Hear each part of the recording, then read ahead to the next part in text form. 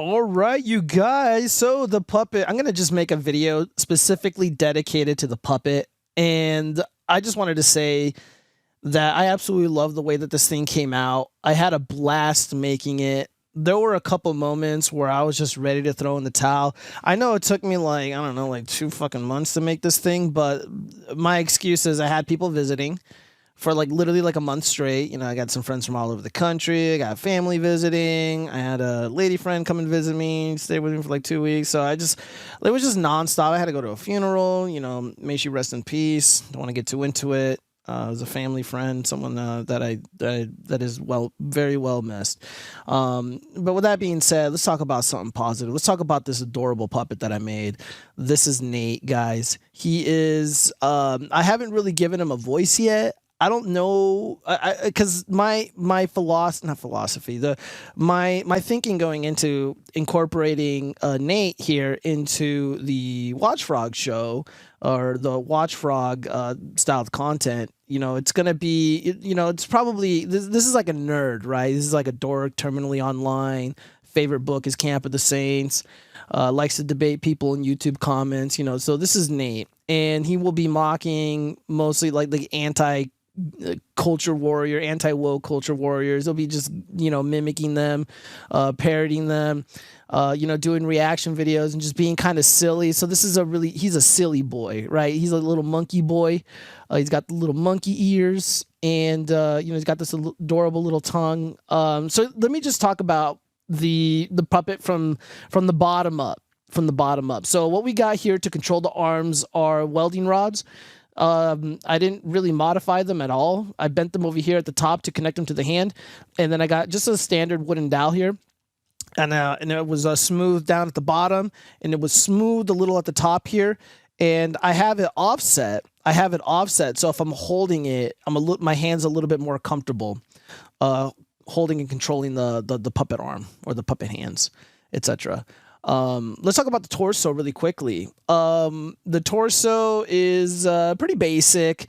There's not a lot really going on. It's pretty spacious, and the t-shirt here that pretty much covers the entire body of this puppet of Nate is I got it from Walmart. So if you go to Walmart, TJ Maxx, Target, Goodwill, yada yada yada, Dollar General, wherever they sell clothes for like little kids, little babbies, I think this is a t-shirt for like toddlers. I think it's like ages 3 or 4 years old.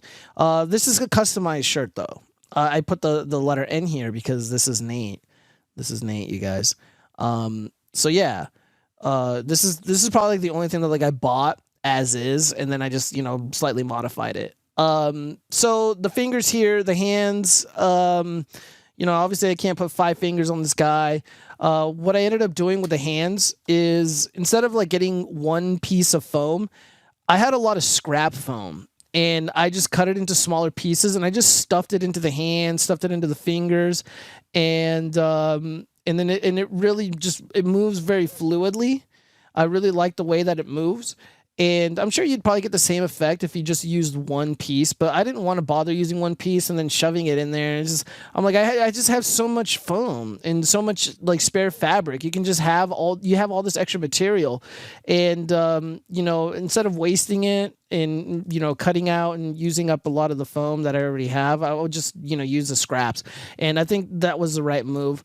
I have this wire here that's, you know, I can control the fingers. I can move them strategically and place them in a way that I want. Very, very cool. Probably the only thing I'm dissatisfied with the puppet, you can't see it at all because it's, oh shit, I almost dropped my phone, because it's well hidden. Because of the neck is, you know, like I didn't really do like the neck outline, a part of the body. I didn't do it that well, but it's hidden, but I know it's there. So that bugs me. So the next time I do one of these puppets, it's going to be light years better than this. And this came out really, really good. A lot of the patterns, were inspired by, Adam Krutinger. He's a wonderful man. He's a wonderful person. He's a good father, and he's a really talented puppeteer. He's a talented creator of all kinds. And yeah, man, you know, I'm rooting for him because he's got health problems. and he's largely an inspiration. There's a handful of other content creators in this puppets making space, a lot of other artists, and they help to inspire this as well. The general look of this puppet, I had Gimpy from Undergrads in mind. I had Bart Simpson in mind, and maybe even a little bit of like the Monkey King in Dota 2. Those are kind of my inspirations because, like, my buddy, a friend from Canada, he did these funny voices for the Monkey King, and he would like sing these goofy songs, and we're just fucking laughing because we're just stupid and immature, right?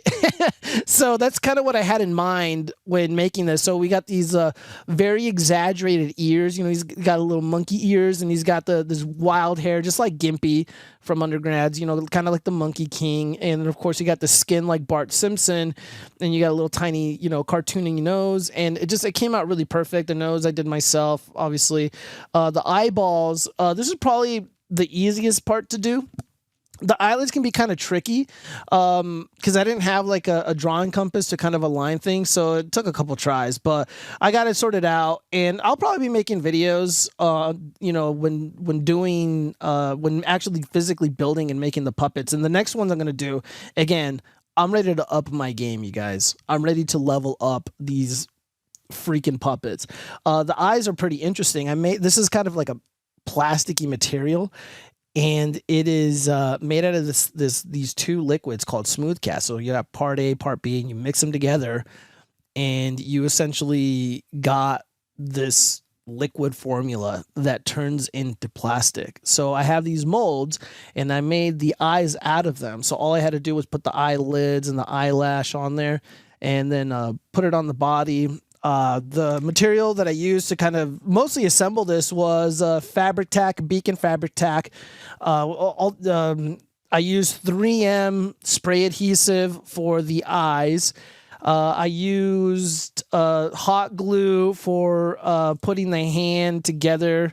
Just depending on the application, depending on what you're doing, you got to use the right glue. I use a mix of all of those. All of those are used, and of course, contact cement was the big one for putting the majority of the head together. So the mouth plate, etc. And then the little mechanism inside, obviously I can't show you. I basically have a leather strap and these screws and nuts that kind of hold this strap together, so my hand just goes in there nice and neat. The head is hollow.